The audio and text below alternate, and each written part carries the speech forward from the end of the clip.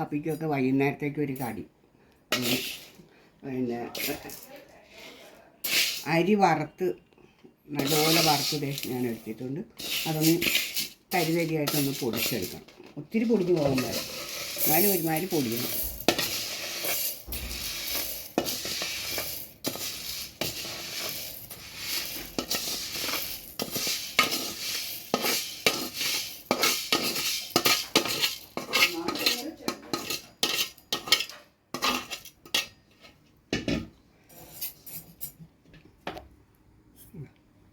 ഇങ്ങനെ ഞാൻ പൊടിച്ചിട്ട് എവിടെയെന്ന് വെച്ചാൽ ഒന്നടിച്ച് അരയാൻ മേല ഒന്ന് ഒറ്റ കറക്ക് തേങ്ങ ഇട്ട്.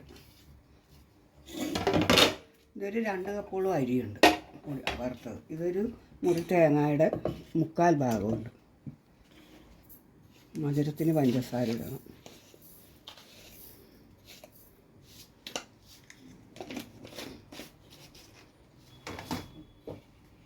ഒറ്റ കറക്ക് കറിയതാ പഞ്ചസാരയും തേങ്ങയും കൂടെ അരഞ്ഞു പോകാനൊന്നും വേണ്ട. ഒന്ന് പതുക്കെ കറക്കി എടുത്തിട്ട് ഈ പൊടിച്ച് വെച്ചിരിക്കുന്ന അരി വറുത്ത് പൊടിച്ചതിനകത്തോട്ടിട്ട് ഇട്ടത് നന്നായിട്ട് മിക്സ് ചെയ്യണം. മധുരമൊക്കെ മതിയോ എന്ന് നോക്കണം.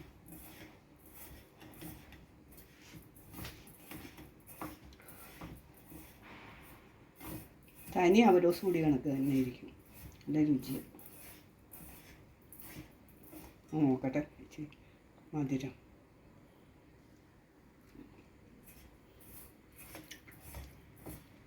ഇച്ചിരി മധുരം ഇടാം.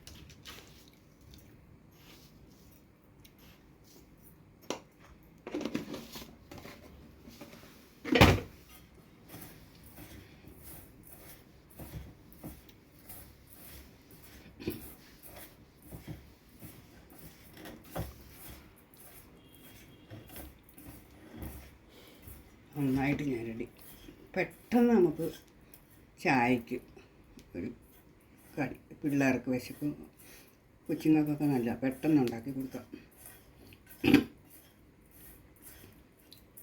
റെഡി ആയിട്ടുണ്ട്. കണ്ടോ, അവലോസ് പൊടി കണക്ക് കരിഞ്ഞു പോകാതെ അരി വറുത്തെടുക്കണം.